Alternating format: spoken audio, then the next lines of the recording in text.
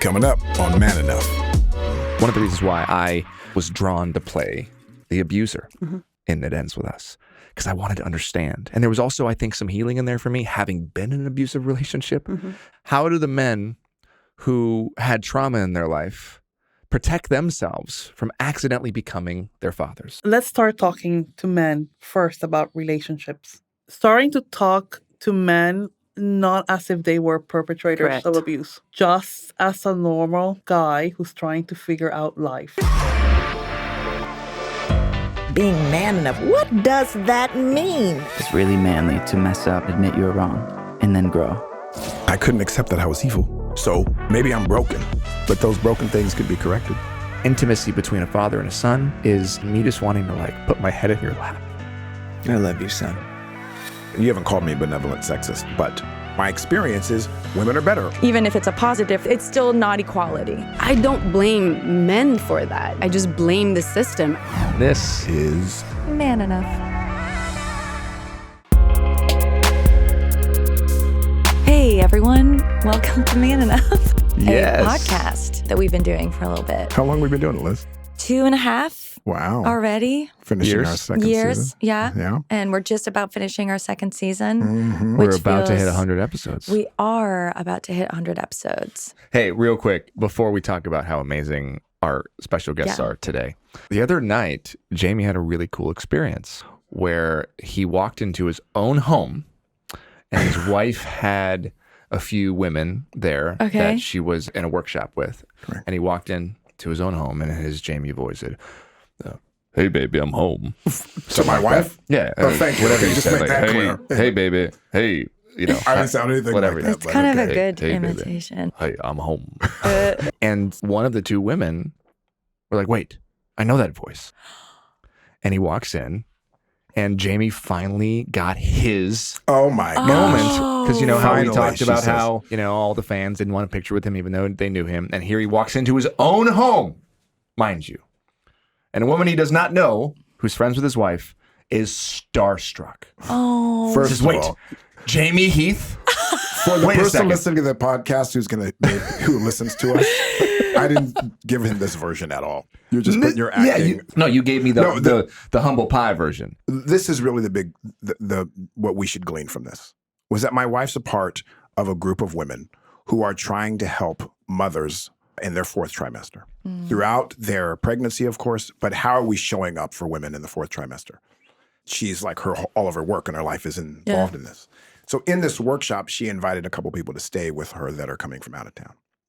What was sweet about this was that in this world of women who care so much, that our podcast and some of the stuff that we do, I saw firsthand how it was affecting her and how she's used that for her life and how she had said that she listens to it and how meaningful it is that we as a group, Justin, you who started this, how meaningful it has been. So when we see those things reflected back to us, of course, there's a little bit of fun with it. The fact that, oh my gosh, someone was in my house and finally knew who I was and not Justin. But that's just more to have fun with it. The big picture to take from it was the work that we're doing has some impact in some sweet areas. And it's encouraging as we move forward.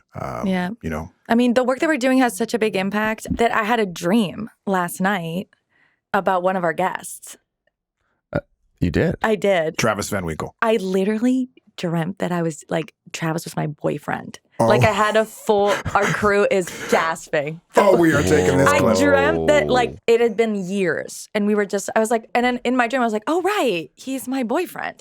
What's great about this, for those who did not listen to the episode, Travis was a guest. And we had a joke that we were joking that we were setting them up because they're both single. So this is fantastic. It's Many so a true word funny. is said in jest, said Shakespeare. Even in the dreams. Anyways, Okay.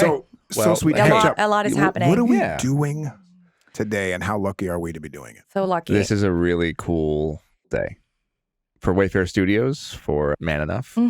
Hey, Liz, why don't you tell our audience who's here with us today? Today, we are so excited to welcome Jane Randel and Pamela Zaballa, who are respectively the co-founder and the CEO of No More. No More is an incredible domestic violence and sexual assault awareness campaign that works to end intimate partner violence by empowering survivors, educating communities, and advocating for policy changes in the entire world. So thank you so much for being with us today. Thank you for having us. We're thrilled. For our listeners, No More has been an incredible partner for me in developing the book that ends with us into a movie. This is really cool to have you on. Jane, we've known each other so my son's about to turn 6. No way. And he was 10 days old when we met. I remember. We met at TED Women. Yeah. She was in the audience. Yep. And then you told me what you did, and then we became friends. Yep. And then through there, our mutual love of our friends and friends of the podcast, Tony Porter and Ted Bunch at A Call to Men. Right. Because you work very closely with them. Yep. And then you introduced me to your wonderful CEO, Pamela. And now it's a big love fest. Oh my God. It is. Such a love fest. Because we've formed the first of its kind, I believe, a partnership between a movie studio and a organization such as yourself, so that we can actually make a bigger impact together. And we're so grateful for all the ways that you both have showed up for me individually and as a creator and as a director, but also all the cool things we're going to be doing as a studio together and with Man Enough. So can't wait for the partnership and also to dig into what you guys do, because it's such important, beautiful work. It was exciting coming here today and seeing a lot of people that I've just met online, but we've had multiple conversations about life and death, and just seeing them in the flesh and hugging and the love for No More that they have. Absolutely amazing. And as an organization that works in the culture, because when we started No More, we really wanted to change culture and use things like film and sports and music and really talk to people who weren't normally talking about these issues. So to have an opportunity like this is a dream come true. We're focused on preventing gender-based violence and globally, but one of the big things that we do, I think, is really use media in all its ways to try to influence culture. If I had to kind of sum it up, it could be by providing organizations around the world with the material that they want and they need to get the message out there, or to form partnerships like this, because stories around domestic violence, sexual assault need to be told. I think, if we get to see things more in the screen, then it relates, right? One of the issues with domestic violence is it's secret. People like to keep it secret because you don't like to show that vulnerable side of you. And when you see it in the screen and you can relate to that character, to how they felt in that moment, or to the fact that there's other people suffering like you've suffered, that's just amazing. That's even a catalyst for people to say, you know what? I want to tell my story. Yeah. You're right. This is the moment. I'm ready, right? This happened to me. And sometimes people come and say to you, it's happening to me right now with my husband, or maybe it's happened to me 20 years ago. And now is my moment to tell it, just because they saw this representation in screen. So I think what you guys have here is fantastic. Well, and those moments are what, to your point, generate big responses. We saw it with any high-profile case, and you're going to see it when the movie comes out, that it's going to make people want to step forward, want to tell their stories, like you're saying.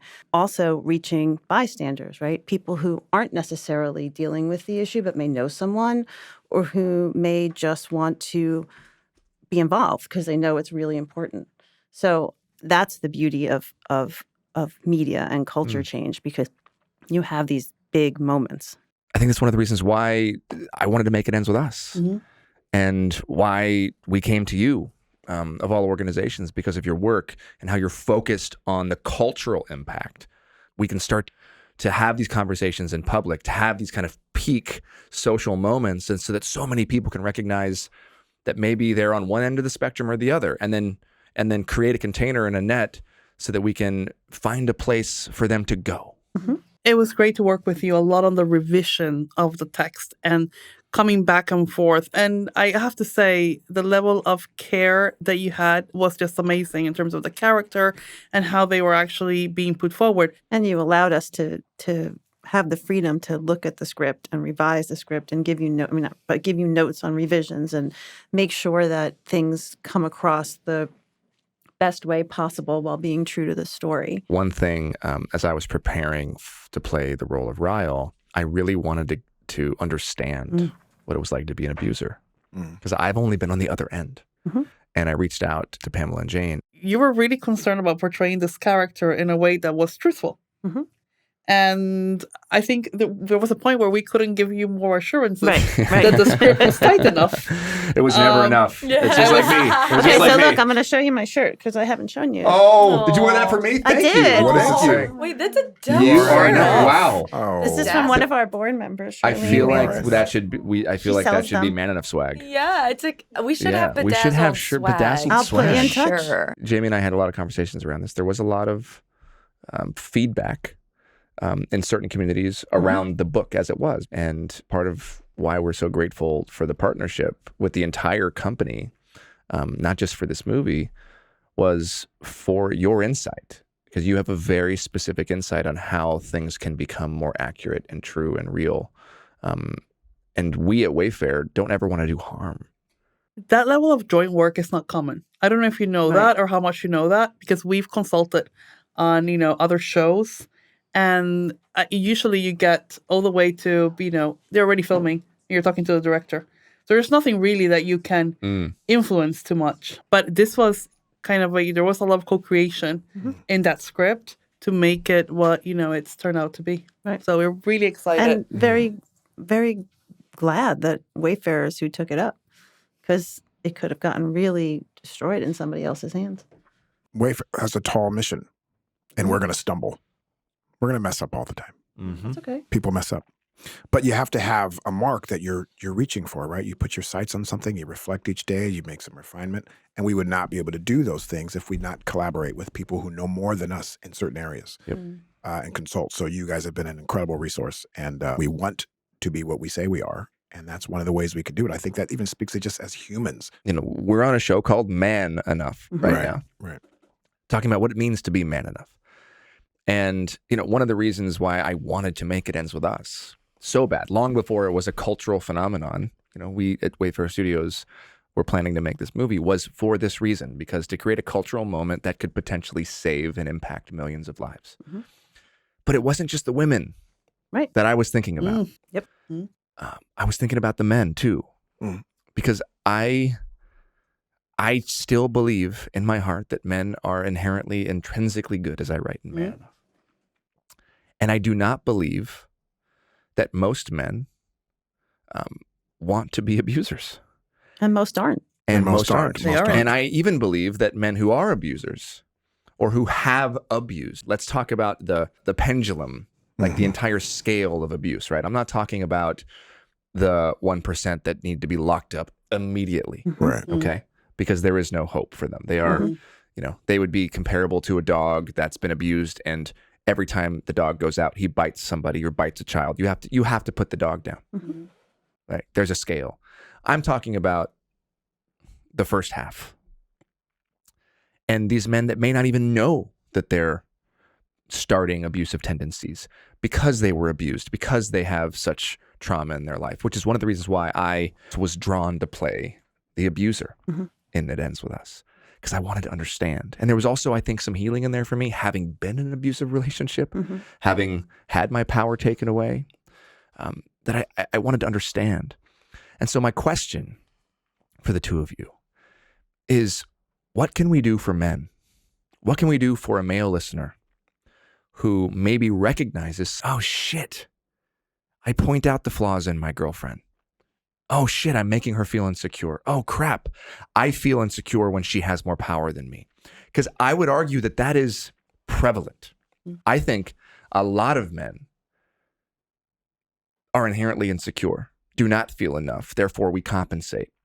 And one of the things we do as men, what do we know? We know that, the entire patriarchy is built on this premise, right? As you've said, the pyramid scheme of the patriarchy, and that if we can get more power, we'll feel enough. Where do we try to find power? We try to find power in relationships with women, and we exercise power and dominance over relationships with other men, hence bullying and various things like that. So what do we do for the men? How do the men who had trauma in their life protect themselves from accidentally becoming their fathers, their parents, an abuser. And let's say they are an abuser. How do they find help to stop the cycle of abuse? Let's start talking to men first about relationships, what they are and what they aren't. It is important that and this is where I think the field has gone a little bit astray, if I might be a critic of my own. The field of domestic and sexual violence, right? Starting to talk to men not as if they were perpetrators of abuse. Just as a normal guy who's trying to figure out life. Right? And deal with their own. And trying to take that message is really important. We have to find better ways to communicate with young men. Right? There's amazing efforts like, you support A Call to Men and other organizations try to do it through sport and others.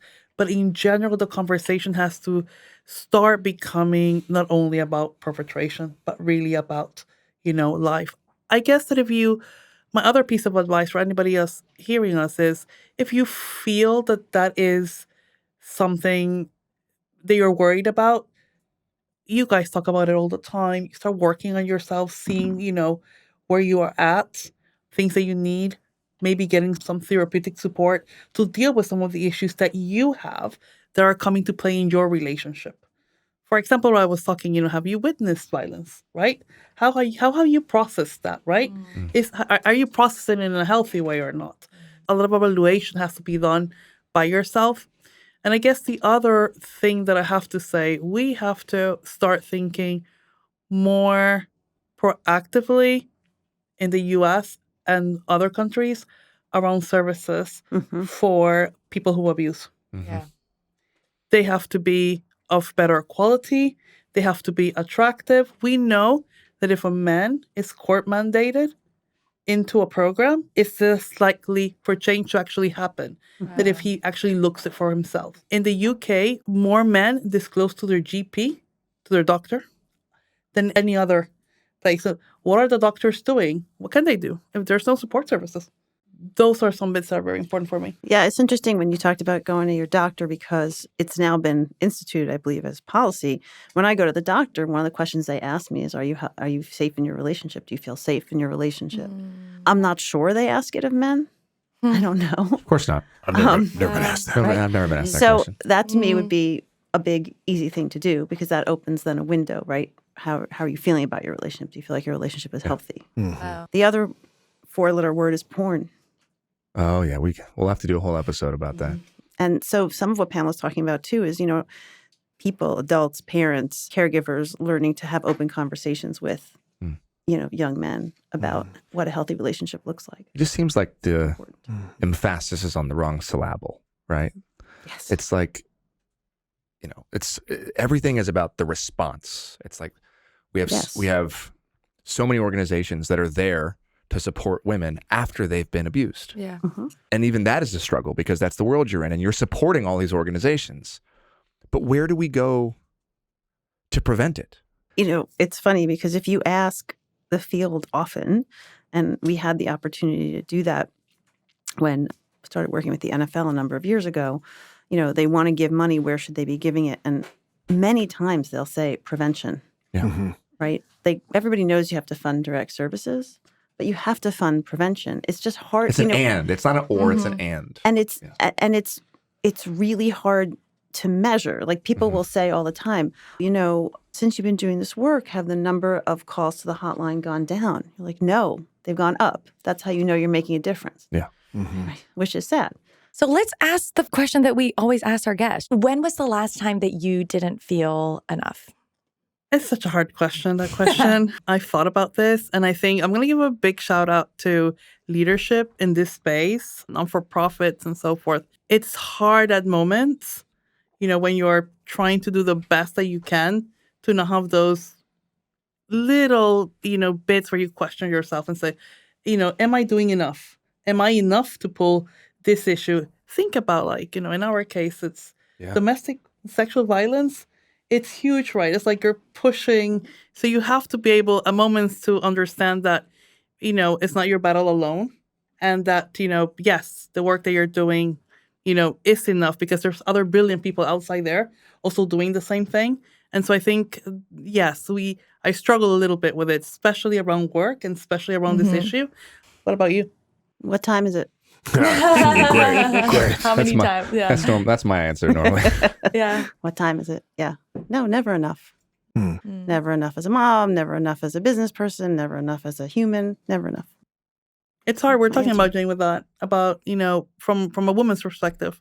Like, it's hard sometimes to, with everything that you're battling, just feeling enough. It's Yeah, and it's so tied to the issue of domestic violence and sexual violence, right? That often those wounds are exploited by abusers, and abusers know how to exploit those wounds. We spend so much time talking about domestic violence and what it looks like in kind of extreme cases or once it's at a certain point, but it starts showing up in little and sort of small ways, even in prototypical, quote unquote, healthy relationships. So I'm wondering if you can talk about the less expected signs that maybe you're in an abusive relationship. We always say if you went on a first date and someone hit you, you probably wouldn't go on a second date. Exactly. Right? Yeah. It evolves over time. Yeah. And so things like love bombing, where they're constantly sending you how much they love you and how great you are, and gifts and little things that seem great, or, are very jealous of other people. And that seems really nice because someone really just wants to spend all their time with me and they only care about me. And that's so nice. But it is also a way to isolate you from other people and to start that grooming process. And how do you tell if you're being love bombed versus if they really like you? Because it's so hard to tell. What if there's a man that just really, really likes you, and he has spent his life, on dating apps and all, and he's like, oh no, I found my person. I met my person. Because what I want to be mindful of in this conversation is, because you guys are the experts in the culture right now, there are a lot of pseudo psychologists online sharing quote unquote red flags, and as an observer, it looks like there are far more red flags than green flags. And I feel like if you're dating right now, you're just walking on eggshells, afraid you're going to step on a landmine or you're going to hit a red flag. And then you have people that are just trying to not show red flags. But then what happens is the second that there's a quote unquote red flag, the person's like, this is toxic, this is problematic, I'm out. And the culture, I believe, is really screwed up. Yeah. Because you're not able to date anymore. You're just like always on the lookout, and your body's in fight or flight and you can't relax. So you're not being your true self. I think first for the relationships, you're completely right. We're in and out. I go into dates and I'll never see you again, right? Like, my ability of shifting is so quick, especially because dating has changed. Yeah. So I think it's important for everybody. I remember having a friend that said, I've had 27 dates in 1 year, something like that. Well, it's impossible then, right? To try to figure out. That's not even that. I'm like, that's not even that much. Have you had more than 27 dates this year? 100%. So the question is, how much time are you investing in trying to get that person for more than what they present on that night, right? Maybe there is more to them. So making sure that we're investing some time on getting to know people, really.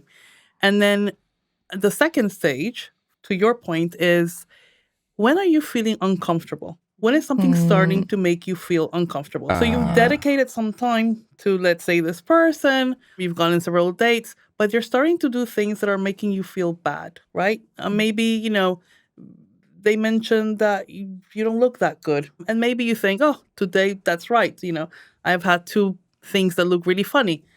But then they've mentioned that 2 or 3 times. And then you're actually thinking, should I go and look for something that he will like? Yeah.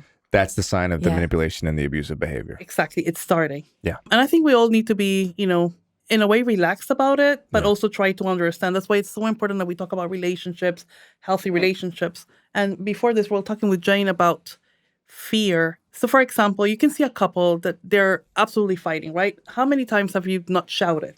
We've all shouted, throw something, got really angry. But does my husband think that I will hit him? Does he really think that I'll throw him something? Does he really think that I'm going to hurt him? He might acknowledge that, we're just having a fight, but does he have fear? Yeah. It's the fear element that makes the relationship turned into an abusive relationship.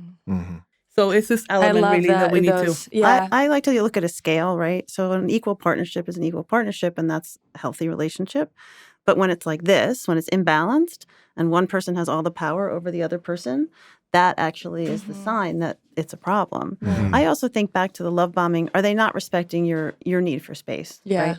Are they not looking at boundaries? Because I think boundaries are super important. It's one of the things that I actually also did a TEDx talk and talked a lot about establishing boundaries for young kids so that they understand in their friend relationships, right? Obviously not dating at 5 or 6, not yet. But, what is respect? What's a healthy boundary? What can they expect from friendships? Because that evolves over time. That's will help them in any environment that they're in, including in relationships. Yeah. And with the love bombing particularly, like, are they giving you a gift for you or are they giving you a gift for them? And again, I think Pamela, what you shared of like checking in internally is so important because on the outside, everything looks perfect in some of these relationships, right? You're like, and your girlfriends might be jealous of all the things you're getting sent, or, your colleagues at work are like, wow, she is such a great boyfriend. Yeah. But if internally something doesn't sit right, that's the disconnect that you're like, I should be grateful, happy, and elated, but I'm not. And that they're expecting something in return of all of those gifts. And that if you signal, I don't want this, or just react, oh, thanks, you're not giving them the response that they want, you feel like they can be punishing, right? Yeah. Or even if you're not giving them the response they want or you don't reciprocate it, they amp it up. Yes. Right. Then it's more, then it's clear that it's more for them. But you really hit on something that I think is really important for everybody who's listening to take into consideration, which is that we shouldn't be getting our validation and our social cues for our own interpersonal dating life and friendships and romantic life from TikTok or from Instagram or from Facebook or from news articles. We should be getting it internally. We should be self-aware. We should be stopping the scrolling and asking ourselves, what does this feel like? Yeah. How does my body feel in this moment? Like, what is my intuition telling me? Close your eyes, take a breath. What does it feel like? Is he that? Your intuition, I think, will know. Are you afraid? Are you feeling uncomfortable? Are you pushing past your limits? Are you afraid to tell him, as an example, hey, that's making me uncomfortable, or giving him the verbal cue to maybe stop and he doesn't? That's really, really important. And I think that's something that we don't talk about enough. Yeah. Right. Well, trusting your gut, right? If it feels bad, it probably is. That's exactly what you said. But sometimes you don't have the gut, right? Like, meaning like you're disconnected from your gut, right? For, I think a lot, and I guess, tell me if I'm wrong. Modeled but, to you. or that's been modeled, It's or normalized. again, I think the people of all genders, right? It's not just women, obviously. People who can become targets for these people are often people who have low self-esteem or who are disconnected from their bodies because, they had a dysfunctional childhood. And so when someone is giving you that what feels like unconditional love, you don't have that inner, sort of because radar. it's filling the wound. Yes. Right. So in the event, like you said, that maybe somebody doesn't have that, maybe somebody doesn't have the ability to reflect and go in and listen to their body, what can they do? How do they avoid ending up in a situation where they're in an abusive relationship if they don't even have the ability to distinguish what's comfortable and uncomfortable?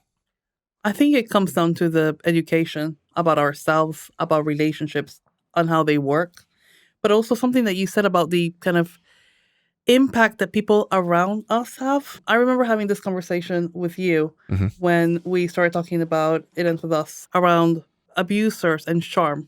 In many cases, abusers charm your friends and your family, and everybody tells you what a great guy you have. So you don't only have to battle yourself in terms of, I'm feeling in my gut that this is not right, but everybody else who cares for me is saying he's so perfect. Yeah. Right. Right? And so what So do I they do? must be right because they know me. Yeah. Right? Yes. And so it's you gaslight then you yourself lose your and then sense you're of gaslit self. by the environment. Yeah. Well, and validation, self-validation is really hard. Yeah. So it takes another level of courage to really break the ceiling here. And this is why your work is so important. So you know what? I actually, in hearing you guys talk, I take back a little bit of what I said, in that there is massive importance in getting some education and validation from TikTok, as an example, or social media. 100%. So I think that there's a balance there, because what I'm hearing is, for those people. I'm going to say people because, in fact, all of us here, Jamey, myself, and you, have all been victims to a certain extent of some form of sexual assault or violence. For people who maybe don't have the ability in that moment to self-reflect and identify where in their body it's feeling off, seeing their story, seeing survivors come forward and share, this is what happened to me, could actually be the thing that helps them recognize their own patterns and behavior and realize that they're in the situation. It so almost it seems always like is that. So there's some sort of balance that's required from knowing yourself and from being able to check in with your body. And also, if you don't have the ability, like you said, to then see the stories, whether it's It Ends With Us or whether it's somebody sharing their story on TikTok or whether it's the other work you're doing. So it isn't just all or nothing. It is somewhere in the middle, and I appreciate that. Yeah. I want to just jump. Jamey, you have been creating so much space for everybody, but I know that this is a very emotional and painful in some ways, but also important topic to you. I'm just curious what your thoughts are. My initial thoughts are, it's nice to listen. I'm almost imagining myself being a listener so I can glean versus thinking about what I want to say. It's not often that we have people of your caliber and your nature and the work you do. So I think your voices and what you have to share is so important that I don't want to muddy it with yet another host voice. You know, I do have a question. This is something that's I could use some clarity on. How do you distinguish a woman who is in a relationship that is being beat down and a woman who is not? A woman that's being raped, a child that's being pinned to the floor versus a child that's being looked at and feeling uncomfortable. The reason why I ask, and my heart's racing as I do it, because I don't want to rate. You don't want to diminish any Diminish. instances, But I know as a black man, when I hear of a white person saying that they're experiencing racism, it's tough to hear. And yet white people do experience racism or experience stuff that is real. I mean, they can't, but... Well, maybe not racism, but experience prejudice. Sure, they experience think, prejudice maybe, or something, not or who knows racism. where they are. Or I'm not judging it, but it feels like it can diminish and belittle. I don't know why my heart's racing, because I'm afraid that anything that I'm saying could be misconstrued or I'm in the wrong and I need therapy. As someone that's been raped, it feels different than a friend of someone that I know right now of my child's friend who is understandably raising a loud voice, but who is not experiencing what I would say being abused. It's uncomfortable. We need some course correction. It's not okay. You know? But it's not rape. It's not rape. There are women I see in relationships where the guy has got to be fucking better. But I don't want to label him as an abuser, as the same guy that's holding a woman down or whatever. Maybe it's not that extreme, you know? So, long-winded way, and again, I don't want to categorize like one is worse than the other, but it elicits feelings in me. I don't know. What do you have? Is there anything that you might be able to share with what I just said? I guess that we all see the world from our own set of experiences. I do understand what you mean as a Latino woman that has seen a lot, right? That is, generally sexualized in ways that other women are not, or think that we can, in a way, put up with more. I mean, it's difficult, right? To just even see how my views then will be formed into, oh God, but that's, I put up with that, right? Why are they calling that?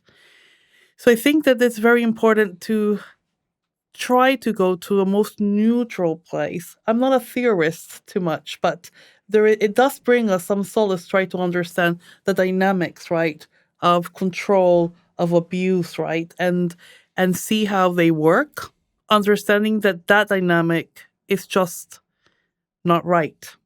It doesn't matter the way that you are seeing it. It really is to the way that people are experiencing it. It has to do a lot where we are coming from. So it's important to understand ourselves. To judge abuse in a way, or to see how we deal with it. It's in that situation, it's quite complex. Mm-hmm. I think everyone experiences their. I mean, I don't know. I hear what you're saying. I get what you're saying, but this child experiences it in their own way. But I hear what you're saying. I don't know. I don't have a good answer. I don't have a good answer for you. No, I actually thank you, because I don't even really think there's an answer other than what I have more empathy for, have grown to learn, is one that's in what's not seemingly to be overt abuse. Mm-hmm. Oftentimes will stay quiet because then they'll compare their own experience to, I'm not being beaten. Mm-hmm. I wasn't raped yesterday like this one over here. I'm experiencing all of this, and it might belittle their own, so they never get out of it because they're comparing their experience to one that is, most people say, yeah, put that person away. That's clear. That's a case shut. For those who are listening, what's aside from that, we always see, if you're being abused, call 1-800 such and such. If you're being molested, call 1-800, which I don't know how many people call, but I never did. How do people who are experiencing that feel safe in calling? What is it? nomore.org? Is it what are the steps? So people can call the National Domestic Violence Helpline. We also work with an app called Bright Sky that pretty much you put your postcode and it'll tell you where your services that are the nearest to you are. Bright Sky. And Bright Sky. Bright So Sky. that's, it's quite good. Trying to seek help is important. Sometimes beyond the people around you that might have opinions of what this happened in their life, right? I did put up with a mildly abusive boyfriend or whatever, right? It is important to try and calls are confidential. You tell their story, they risk assess you, they tell you, the best things that, can be available for you at any given time. So I can't hardly recommend to anybody, to not go through that route. And millions of people call is the answer. Yes. Great, thank you. Millions of people call. And there's always a spike when there is a person who's influential or celebrity that draws attention to these things. And so this, us talking about it, there are people who are listening who might be recognizing, that they want to do something. And so stories really matter. And those, services are really. And is there a way, because thank you for saying that. Yes, of course, millions of people call. I'm actually speaking to so many, like for instance, my inbox is inundated with people when I've shared my story that reached out to me that haven't reached out or called a number or called a professional or called a therapist. So that kind of helps me understand also that personal relationships with people, and what are some ways that we can grow that as well, so that people have safe personal spaces. One of the things that excite me of the It Ends With Us project was the child survivor component. Huge. If we talk about how many of us have gone through abusive relationships, the amount of people that have seen abusive relationships, trifolds. It's crazy. There's not a lot of support. People keep really silent about it because it's not my privacy. Like, I can share my story of abuse, but am I going to share my mother's?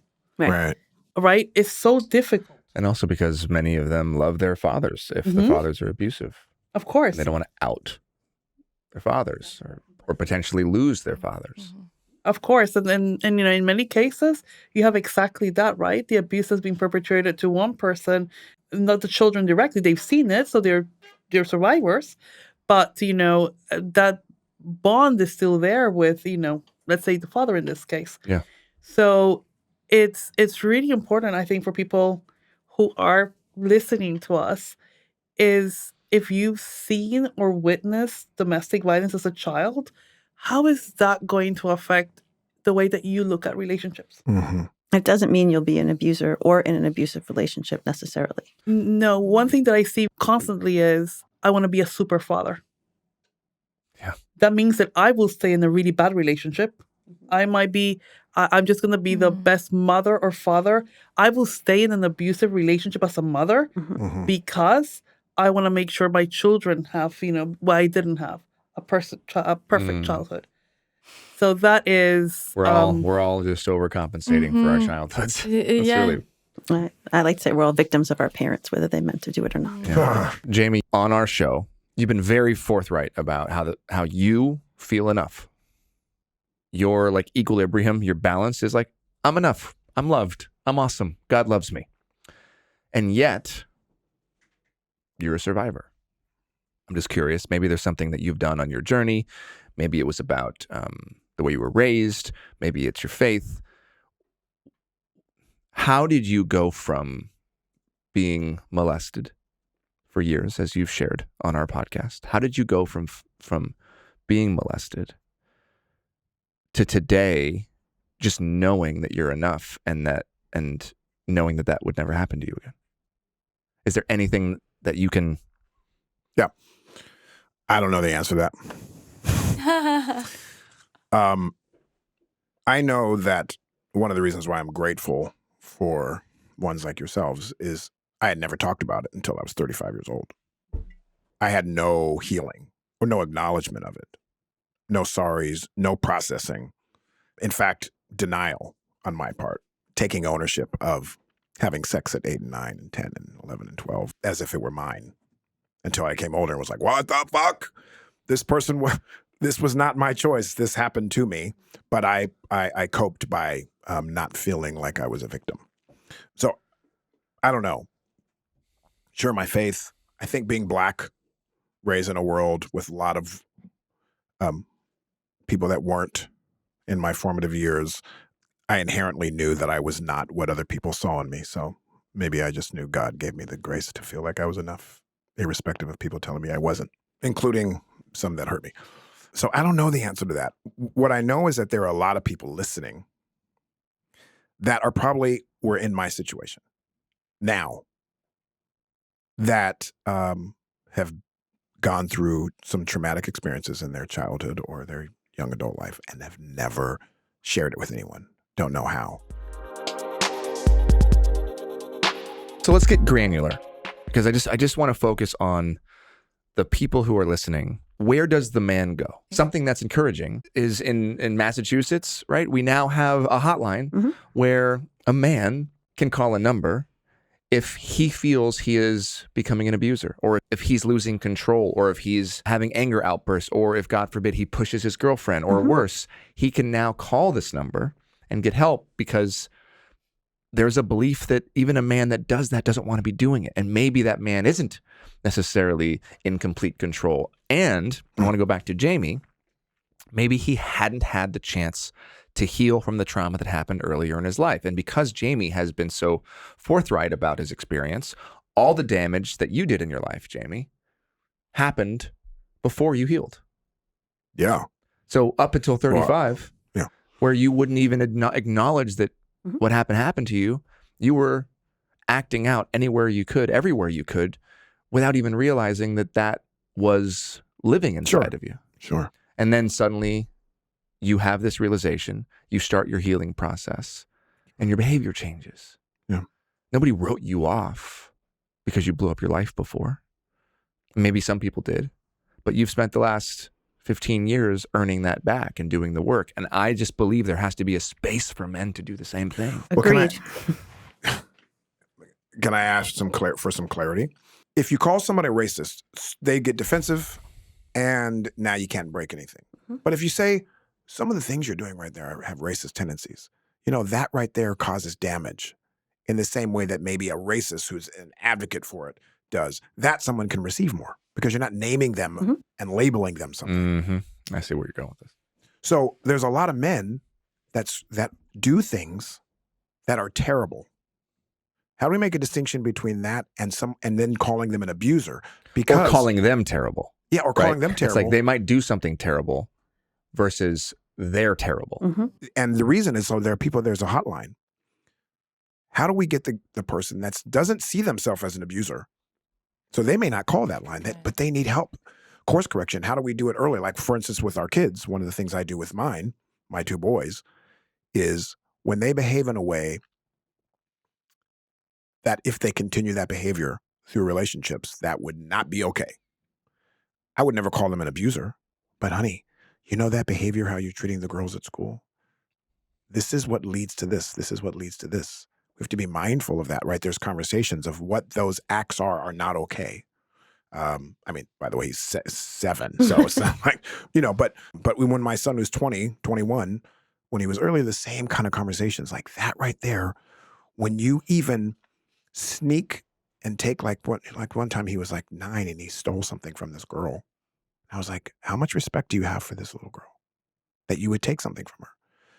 If you don't respect her enough to not take something from her, then where does the line stop? You might not respect her to do this, then to whatever. Mm-hmm. Never naming him something. So how do we do that with men also that might feel safe to say, yeah, sometimes I've yelled at my girl too aggressively. I got up on her too close. Never touched her, never did anything, but there was that are safe to say like, yeah, I've done that. I got to work through that. But as soon as we label them abusers, then they're like, no, I'm not that guy. They're never going to even admit to it. That's why I think language has to change. Like the approach, the way they were talking to young men has to change radically. And if you think in the U.S., the word batterer is the batterer. It's the most commonly term. It's moving slowly to terms like people who abuse or have inflicted, abuse, using not only, a term like perpetrator. It sounds male intrinsically, right? Right. But just, people implicitly means men or women who abuse. I think that is really important, but it's just a conversation with young men about what are relationships, how they can confront them. The problem that we had, and you've addressed this so much in the podcast, is not giving the men space to talk about themselves, how they're approaching their relationships. How are they when they're intimate? We talk about the need of whole masculinity revolution, right? Like women in 100 years have had at least 2 or 3. And men are still fulfilling the same roles than 100 years ago. Mm-hmm. And if we don't really start saying from a young man that really wants to go home and play with their children, right? That's. Yeah, well, it's actually getting worse. I mean, even I think Robert Bly, the poet, talked about how at one point, I think it was in the 50s, men had 40 extra hours per week to show up. And in the 90s, it was down to 12. Wow. So I imagine now we're talking about 5 extra hours a week to be fathers, to be husbands. This is an endemic issue. Mm-hmm. I want to drill back, and I'm sorry I keep going back to this. I just want to drill back to, where does the man go who hasn't hit his girlfriend? Can I go to other men? Like, go to other men. And it comes back to what you were saying, which is like women have been going to other women forever and spend so much time reflecting, progressing, changing.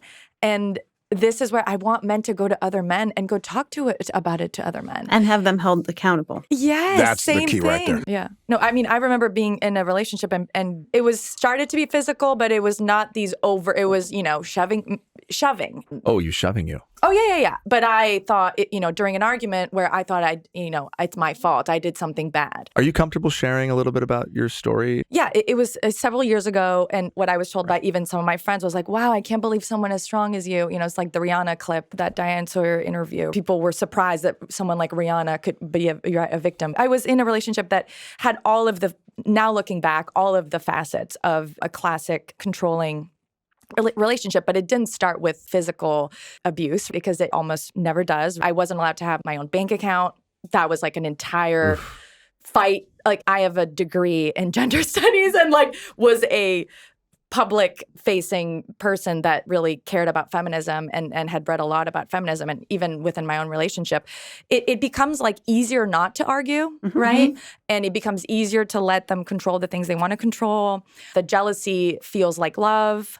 There was, monitoring and controlling how much makeup I would wear. But it was always these little, right? It's these little comments pointing out something about my face that I still think about that he had pointed out, even though he thought I was the most beautiful woman in the world. I never felt that loved, right? Why am I insecure about my body? So he would tell you you're the most beautiful woman in the world, and then he would tell you something to make you feel insecure. Yeah, or he was like, oh yeah, it's like I have Invisalign now, I guess, so I don't really have it, but I had this like tooth, but I didn't even notice it. He was like, yeah, it's like your little tooth sticking out. Like, I love it.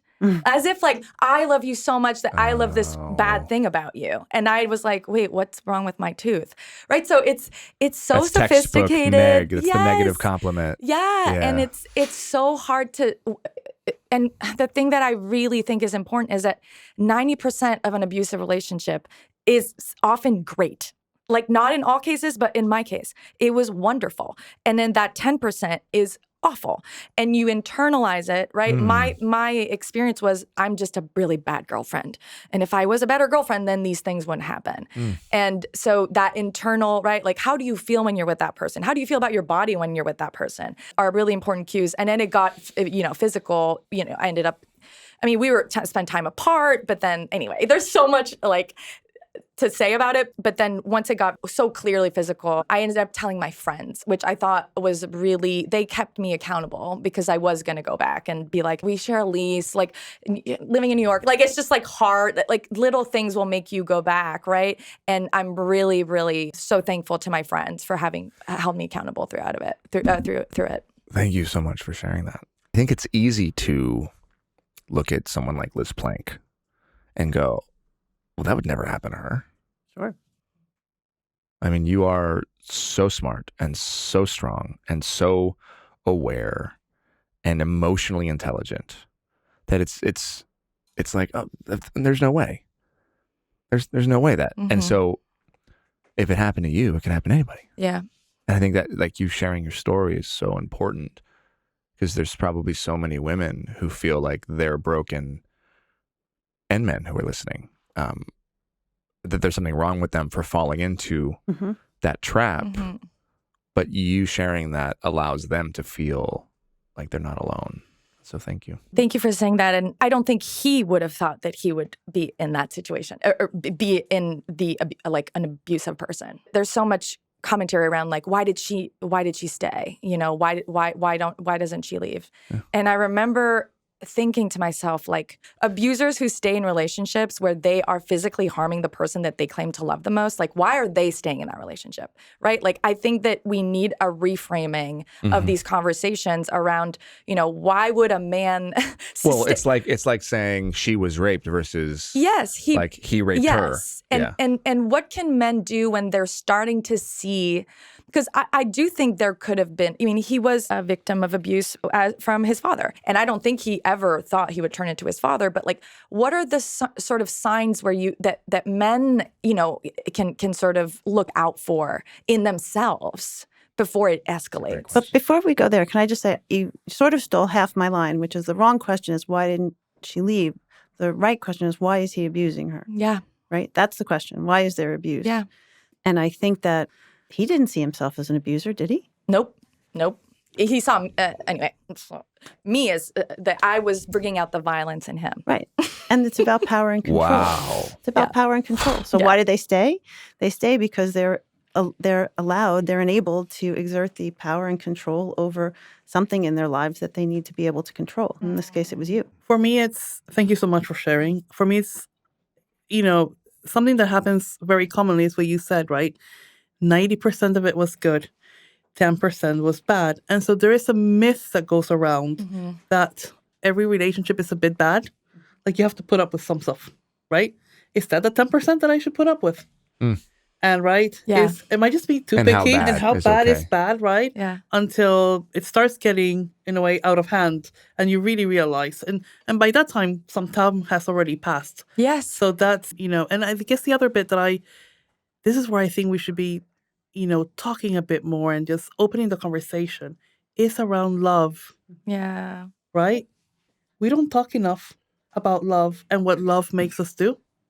In terms of why somebody stays or leaves. There's a host of reasons why people stay and leave. In many cases, when we talk about why didn't she leave, it's like so many victims can't, right? And we create shelters for women who are victims of violence when we should be creating shelters for men who are violent. Why is she leaving her home? Why is she's already going to be in a precarious financial situation, and she's leaving? He gets to stay, and he's the one being violent. It's like the phenomenon, remember, after the young woman in England was killed, Sarah. Yes. Edward. And how they put a curfew on the city for women. And they said, if you were a woman, it's not safe for you to go out. Yeah. Why? Because the men are dangerous, because this woman was just raped and killed by a man. And so they said women need to stay in while the men were free to roam the fucking city. Yeah. Put a curfew on men. It doesn't make any sense. I know Jane actually started a campaign. Please talk about that. Well, which campaign? I was going to say we had a whole conversation over dinner last night, actually. We did. About it. Because there are cases where people don't necessarily want to leave. They don't want to end the relationship, but they just want X aspect of the abuse to stop, right? I'm willing to take X, Y, and Z verbal abuse. I just don't want to be hurt anymore. And Pamela disagreed with me. Yeah.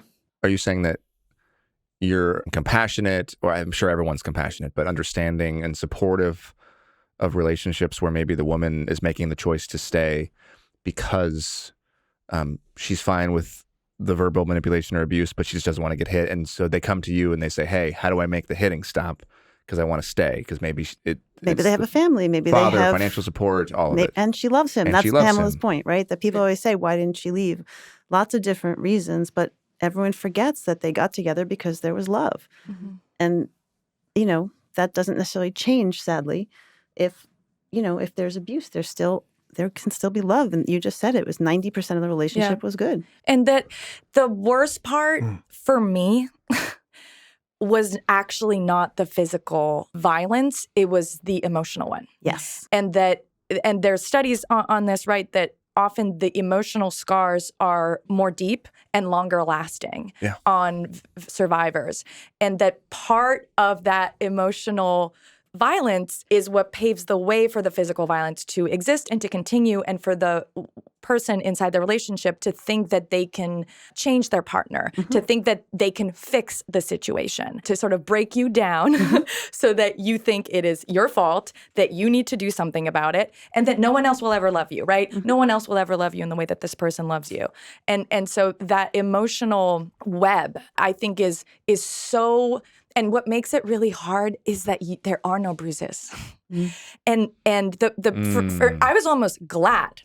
Looking back, I'm glad he got physical, because that was, for me, I was like, I cannot, deny what's going on. You're not crazy at that point. Yeah. I'm not crazy. And this is bad. I do feel like we don't talk about the way that the types of coercion are sort of used, and again, that it feels like love, but it's that they make you not love yourself, right? Like, that's also it. That it's not just that you love them, you don't love you don't love yourself when you're with them. It's so complex. Yeah. And people want it to be so black and white. Like, he hits you, leave. He's mean to you, you leave. And it's just not. Relationships are messy. They just are. They're always messy. And then I'm going to leave it to Pamela. But one thing that you said that really stuck with me is that, I don't know if you were in the relationship when you got Invisalign or after the relationship when you got Invisalign, right? And that you still think about what he said now to this day when you're putting makeup on or whatever. Yeah. Exactly. Survivors come to us all the time. It's like the most frequent aspect that they tell us is, the psychological damage is with me today. Yeah. That black and bruise, that left ages ago, right? And I don't even remember how the pain or how it felt, but I still look at myself in the mirror. I'm still not enough. And I'm moving into another relationship feeling half myself. Yeah. Right? And so there's a lot of controversy also about, do people move into another and then abusive and if they're relationship? feeling half themselves, then that is just that they're primed and ready for someone to come in and take advantage of them. Right. Because it's so complex, this Domestic Violence Awareness Month, we're putting up a site where people can go in and share stories, but you can also kind of tag terms and see stories that are similar than yours in a safe space. Yeah. Wow. That's actually a great segue into, what would have happened if your ex early on went to another man? Oh my God. I mean, he went to other men for confirmation that he wasn't, right? That is important. Hold on. This is very important, what you just said, because I've seen it in women and I've seen it in men, where you go to your friends for validation that you're right. So let's just tell men now, look, you've got a lot of friends around you that are your yes men, that will support you and throw her under the bus or just have your back. Okay, great. You already have them. Wonderful. You need those friends in your life? Fine. I'm not going to judge you. Find one friend that will challenge you and tell them what you're going through. One friend that I'm sure you know someone in your life that'll be like, bro, we need to talk about that. So that you have a fair balance so that you yourself can be better. Yeah. In fact, I have a friend now, a dear friend, who's going through something with his wife. His wife called me and told him, you need to go to Jamey and this group of friends over here to talk about this issue. So, but she called us because she knew that we would be the ones that would hold him accountable, love him and hold him accountable, and not just do the other. I think we need more men to turn to men and to do their that. 12-step programs, right? Like in my case, things would be physical when he would be drinking. And like, what if he had gone to a 12-step program? Not that I would still want to be with this person necessarily, but for him, right? Like, there are men's groups for Al-Anon, right? Family members of alcoholics. If you grew up in a dysfunctional home where you were abused, there are even 12-step programs for people who have narcissistic personality disorders and who are abusing. Go to Men's groups. Yeah, men's groups that don't have to do with anything with the 12-step programs. I mean, find support. You got a phone call from a friend of yours who admitted to being really hard on his wife and kind of being mean to her in some ways. And he called you for support because he knew you would be honest with him. Yeah. And you made the choice to not label him an abuser. You didn't make him feel guilty. You didn't make him feel shameful. You saw maybe why he was doing it, and you lifted him up and you gave him the chance to be better. And I think that is what I'm hearing collectively that we need to be doing here. And the other thing that I want to say is, having been in situations, as an example for me, in struggling with porn, when I would feel guilty and shameful, it would actually make me want to then go punish myself and look at it more, right? And it's one of the reasons why on our podcast, you've never heard us say the words toxic masculinity. We are not attacking men. No.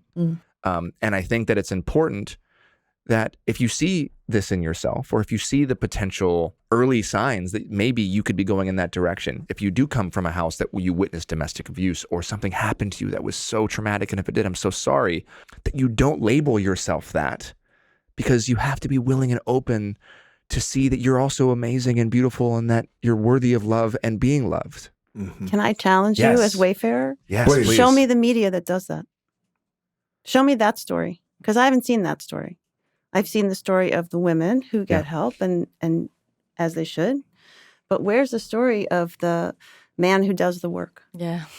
Right? Well, let's develop it together. There you go. And I agree with you. I think that there needs to be. And that's very more of controversial, by the way, right? Yeah. Very, very, you got to like frame that and say that really delicately, right? Because of how controversial it can be. But there is also this movement that you can't just throw men away. Right. Right? And that not all men are abusers, and I agree with everything you're saying, but all white people who grew up in a racist society will demonstrate racism, or actually I think are racist unless they unlearn it. If we are going to exist in heterosexual partnerships, men, and if men want to be happy in those partnerships, they have to unlearn the patriarchal learnings that have been, that they've been brainwashed with, right? And that if you are a man growing up in a patriarchal society, and that's what that phone call was, right? This is my really good friend that's like, why is this happening to me? Right. Yeah. I'm becoming the guy that you write about in your books, and I don't want to be that guy. And I know he's not that guy, but he's acting like that guy. So I think, yes, like acknowledging that, I think is really, really crucial, and you have to do work in order to not be. The system facilitates it. Yes, right? Exactly. The system facilitates it. Yes. That's a tough one. Yes. That's a tough one for me to embrace fully. Yeah. I'm happy to be wrong. I want to be wrong. I do not think white people are racist. We're all drinking and breathing the same air. So no matter what, you can't get away with it. If you're breathing the air of racism, which is our country, it's built on it so much. Of course, you cannot help but be impacted by the air you breathe, and then therefore will have tendencies and a lot of unlearning to do and a lot of course correction to do. I then would not say that unless they don't do this, therefore all white people are racist. I don't believe that statement. I also don't believe that men, even though we are raised in a patriarchal system and have to unlearn so much, I don't think inherently we are abusers. And drinking that Kool-Aid and breathing in that air will then turn all men into abusers unless we unlearn. I think that's something hard for me to embrace. It is. But I hear the point that's being said. I just also am careful so that it doesn't feel like we're shaming white people or men. To me, feels like freedom, and for me on again race, it was so helpful actually for me to learn that I was like, right, okay, I don't have to prove that I'm good and I'm different. No, like that's the factory setting. And What's the factory setting? The factory setting is the society that we live in, right? It's racism, it's sexism, it's ableism, right? There's so many isms and ways that I've engaged in racism that I don't even know, right? Sure. And I guess my point is like, I notice when I'm in a relationship with a man that is just conscious in the relationship with me and conscious in his relationship to gender and the gender dynamics. Because if you're unconscious, the gender dynamics are going to exist because they're all over, they exist in every layer of society through policy, through institutions, everything. And so if you're not conscious of it, Sure. and not perfect, right? Of course. But conscious. Right. I think that those are the guys that, to me, in this culture and this moment in time, are doing the best. Agreed. Or feeling the best in their relationships. The problem is, for me, it's not that all men are abusers in terms of the system. The problem is that it makes very likely that if I'm a man and go to another friend to get its point of view on something, the answer that I'm going to find is one within the system. Sure. Yeah. And that is where everything kind of works, around it. Men who are most successful in these programs really think about everything they are losing. Yeah. They might be losing their children, their house, the woman they love, their economy, everything for a set of behaviors that actually, if they put don't the even time like. They don't like how they feel when they abuse. Exactly. Right. Yeah. So there's another conversation really about you are about to lose everything that you have. And what is the consequence of that? You obviously deserve this. You've caused a lot of harm. You've caused trauma. Yeah. And you're losing everything. Yeah. And I think that is a more human approach to this conversation than just, you're a perpetrator of abuse and you should be in prison. Because also I think that the extreme racists, the extreme abusers, are actually not the ones that are hurting society as much. We can identify that person and we put them away, or no one's really trying to model Ted Bundy. Mm-hmm. It's the general people, those of us who are not me. I do not believe that I am a sexist abuser throughout my entire life of women. And yet I know for sure I've done things that have not helped the cause of women, that have hurt people. I know I have. I had to have. I can do more damage to women than generally because it's covert. Yeah. It just slips with under the radar. You don't really see it. No one names it. I don't feel like I have to course correct. So a lot of men who are operating in that way, we actually can do more damage. Yeah. This is some of the lessons I've tried to teach my kids. Like, you don't have to be this terrible person. You can just be a good, decent person. And if you're missing the mark by a little bit, and all of your friends, then our society is really going to suffer more because of our 3s and 4s versus the people that are doing 9s and 10s. So it's important that we recognize it. If you think about all the ways in which we name sex, this is an exercise we do with young boys. They're almost all violent in nature. Smash. Yeah. Plowed. Pound. Hit that. Destroy. Bang. Everything contributes as part of that system, right? That enables the kind of violence to be normalized. And if, say, I've banged a girl yesterday, it's like, yeah, mate, high five, right? Why would we say that? Where did that come from? Why did we say I banged her? I mean, smashed her. Listen to hip hop right now. It's like it's not just hip hop. Yeah. I don't want to blame it on hip hop. It's in our culture. Yeah. Oh, it's everywhere. My God. Sorry. It's just when I hear it, I know it's. Right. Why don't we say? I mean, there's so many other terms we can say. Made love. Well, Marvin Gaye got it right. What did he say? Well, just some of his music is a little more it's like romantic? Lovemaking music, romantic. Yeah. So many people get it right. My Let's goodness. get it on. Can you do that, Jamey? Can you do that? It's really sickening that we use those terms, and I've used them growing up. Every time we put a new group of boys, I learn another word that I've never heard. Wow. That surprises me It's every just evolving time. and changing. Oh my God. and it's more violent. It's a system that we keep on enabling. But do you think people are saying it to be violent, though? Or is it just become a word, a term that's just a verb? They don't think so about like it. Yeah. a 10-year-old kid, 12-year-old kid hears it and is like, yeah, I hit that. They don't Not think about it because as they're violent. thinking they're not thinking No, about they're it as not thinking violent. about it. I mean, even us. I mean, even right now, people are hearing us. Maybe they've never thought about it. Yeah. But it's just the system in a way that Yeah. enables that kind of little things that we don't see that are happening, but actually are, and don't help the cause. And it's why you need more conversations like this, because the million people that you impact, you want them to go impact another million and to impact another Exactly. million, Yeah. right? And so there's this flow, Yeah. and that's what we're really looking for. We always say if one man listens to this show and changes the way that he treats his girlfriend or his wife or his sister or his mother, we could never quantify the change in the world that can come from that one man. And the little things. Like, again, I notice men who are conscious because they refer to women as women. They don't say this girl I dated. They say this woman I dated. They don't refer to women as chicks, which again, that's not, you're an abuser, but it's little things, right? The way and the small shift that I think is contagious to other men, right? Like, and so no act is too small for, again, people who are listening. Like those small changes just in the way that you talk about women or that you talk about yourself with women can make a big difference. Well, that brings us to our final question, Liz. Yeah. So what does it mean to be man enough? For me to step up and do the correct thing when you know. And a fantastic example is just some of the bystander interventions that we have seen that have literally saved women's lives because somebody, men knew, was informed, didn't agree. I remember like the Gabby Petito case, unfortunately, how it ended. But if you think about it, it was a man somewhere in a coffee shop that saw the van and called the police. He stepped up and he did the right thing. He was man enough. Yep. And Jane, you have kids. I do. Is one of them a boy? All three of them are boys. So if one of your sons said to you, hey, Mom, what does it mean to be man enough?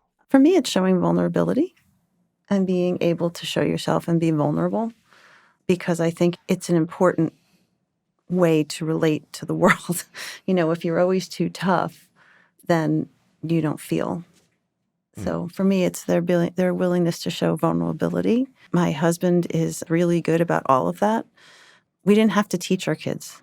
They just sort of were. They were all really kind, empathetic people, which is really what more can you ask for? And they're adults.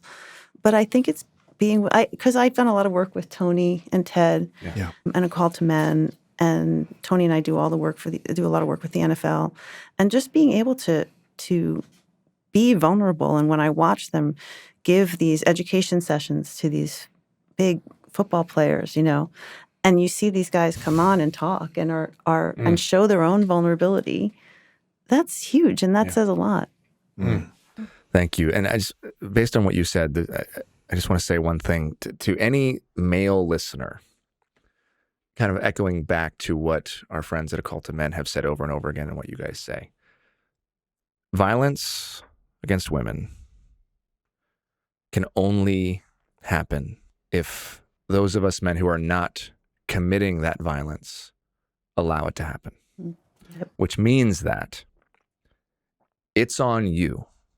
It's on us. If we know that the majority of violence, gender-based violence, happens at the hands of men, if we are the problem, then that also means, men, that we are the solution. So it's on us to hold other men accountable. It's on us that if we hear anything that's slightly off in in the language when we're around our brothers, to do as Jamey does all the time, to call that man in and to let him know that's not okay. And if we have a sneaking suspicion that a man that we know is in our circle, or God forbid we're friends with, is doing something that could harm a woman, it's on us to make sure that ends. To make sure that we make a phone call, to make sure that we go to the woman and check on her and directly confront that man. Thank you all so much. Yeah, will you guys come back when the film comes out? Maybe we can do a special episode. Love Sure. to. I think that'd be Break it all down. I think that would be amazing. Yeah. You really made us think. You too. You made us think. Yeah, and I just add also, I appreciate being able to there was a moment in this where my heart was racing fast. Yeah. Because it's such a delicate conversation when we talk about this stuff. And you don't want to then say it and then say the wrong thing, and then all of a sudden you're canceled or you don't have a voice anymore. And there has to be, of course, spaces where you can share a truth. It might not be popular. It might be wrong. Maybe you need some course correction in how you think. But how can you get the course correction unless you can share it? Correct. So I appreciate being able to have the conversations because I'm reflecting like, oh, did I say what I meant? Did I mean what I say? Did I hear Liz correctly? Did I belittle what Liz was saying by saying that someone else? All of that. And yet, I'm glad that we can have the conversation. I want any white person to say to me, hey, man, I think this. And it can be wrong. I can say, dude, you're thinking something that's not cool. We got to course correct you in that way. I don't want him not to say it because else will he learn? So Correct. I want us to always be able to have that We conversation. don't want to get into a place in our culture and society where we're afraid to ask the questions that could actually lead to our growth. Correct. And I am a little worried that we're getting there. And I'm worried that we I are applaud you for your bravery constantly. You're always showing us what it looks like to be brave and to ask those questions. And I'm grateful for everybody here at the table who creates that space for us to ask those questions and for our listeners, because we got to be curious, y'all. We have to ask questions. We have to be striving to grow and be the best versions of ourselves possible. And we have to be willing to make mistakes and say the wrong thing every once in a while because we're human. Thank you guys so much. Thank you for doing this work. It's so damn important. And Liz, thank you for sharing so honestly today. Yeah, I know that wasn't easy, and I really appreciate it. Thanks for listening, creating space for it. Yeah. I'm so grateful for this and for the show and for this work and for all of you. I love you guys. If you were moved by what you heard, if it resonated with you and you like the way that we have conversations, then please listen to the other 90-something episodes. And where can they find us, Liz? manenough.com/podcast. And wherever you get your podcasts, it's free on Apple, on Spotify, and other platforms. Yeah, and if you see Jamey on the street, go up to him and and tell him how great he is. Can I look at the camera and say something to Justin right now? Hey, I'm just trying to bring the sugar and the sweet and do it at the end. Wow. I do not need to be recognized. Because he's enough. You know what? He doesn't do it to me. Yeah. We'll see you next time. I'm Justin Baldoni. I'm Liz Plank. I'm Jamey Heath. And this is Man Enough.